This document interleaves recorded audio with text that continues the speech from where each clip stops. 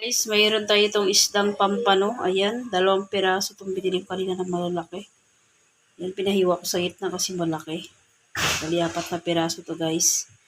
Ang malaki kilo nito guys, so 380 ang 1 kilo nito. So, ayan, magpakulo lang tayo ng sibuyas, kamatis. So, ayan guys, bali nagpakulo lang ako dito ng sibuyas, kamatis. Yan, tapos mga 3 basong tubig. So, ayan, lalagay na natin itong isdang pampano. Sarap to guys, sigang. Yan. So, ayan guys, nilagay na natin. Maglalagay tayo dito ng asin. Yan, sabay-sabay na natin. Tapos, itong sinigang sa sampalok. Ayan, lagay na rin natin lahat para masarap. Maraming asim. Ilalagay tayo ng 2 sili.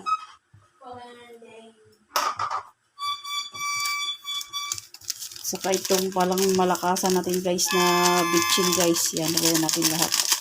Konti lang rin naman yung natira.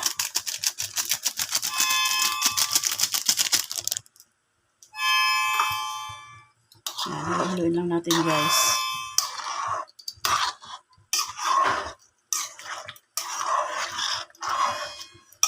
Balikan natin guys maya-maya kapag kumukulo na ito.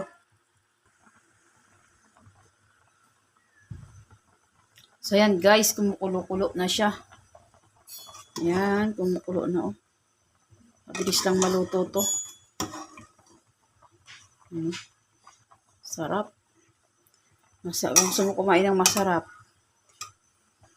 mag-taste ka sa mahal na isda. So ayan, nilagay natin guys yung ating gulay. Yan, lagay natin guys itong pangmalakasan nating pechay.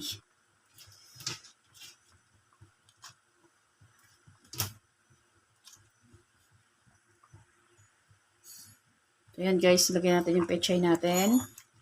Yan, gilid-gilid lang natin. Para hindi malusak-lusak yung ating mga isda.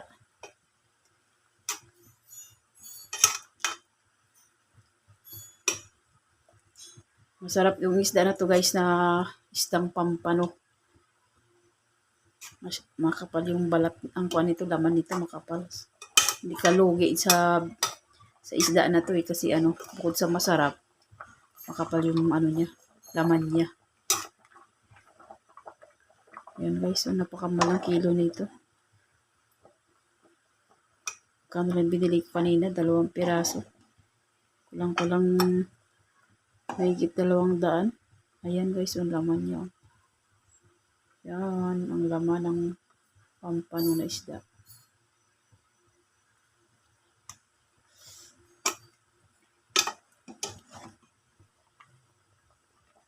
Yan. Sarap nito. Ito naman guys ang kanyang ulo. Yan.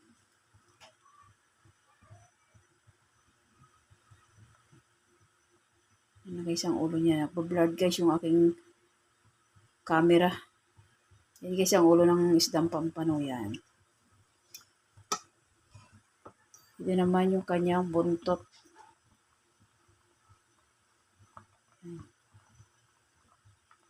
Sarap nito guys, maasim. Inamihan ko ng sinigang sa sampalok. Yan. So yan guys, balik natin maya-maya kapag luto na yung ating pechay.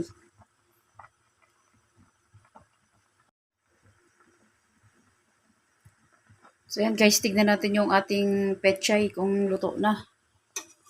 Ayan, luto na siya guys. Oh. Hindi natin i-overcook. Di na masarap pag overcook. Ayan, luto na siya.